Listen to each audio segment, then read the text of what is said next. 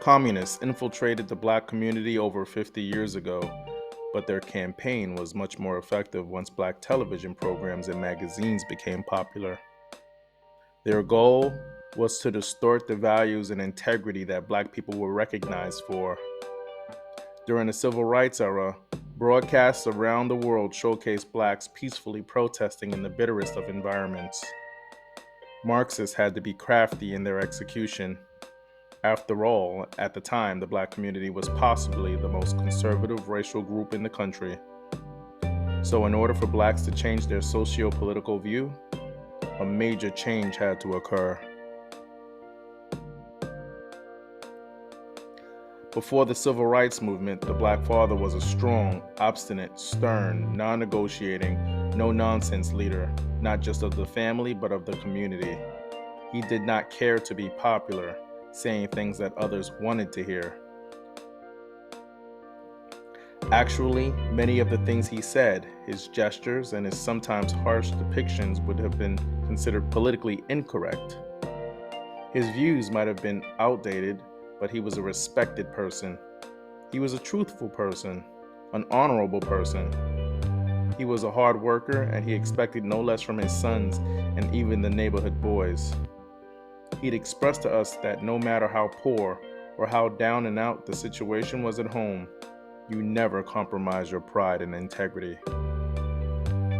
Calling the neighborhood dad by his first name was unheard of. You were sure to remove your hat when you entered his home, and he never allowed you to speak with your chin tucked into your chest.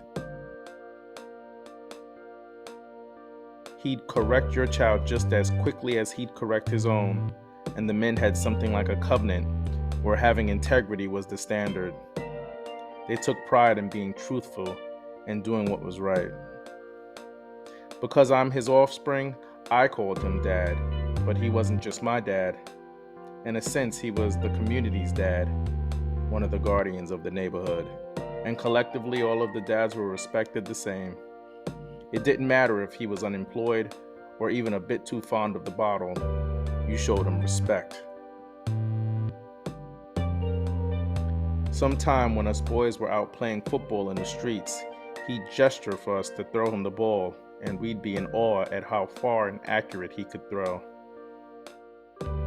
It was during those times that the neighborhood dad was most playful and down to earth.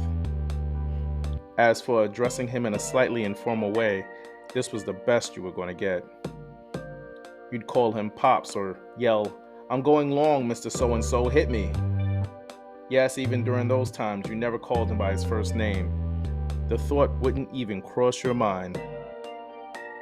I say all that to say this. The black father was the neighborhood role model. He was the backbone that held everyone else up, our local hero. He was one part of a conservative order that began to drastically diminish with time. In a sense, there was no such thing as boys without dads in our community, because these dads were fathers to us all. The fathers looked after the single mothers and their children, although there were fewer then. I can't express enough how his presence alone created an environment of safety and stability in the black community.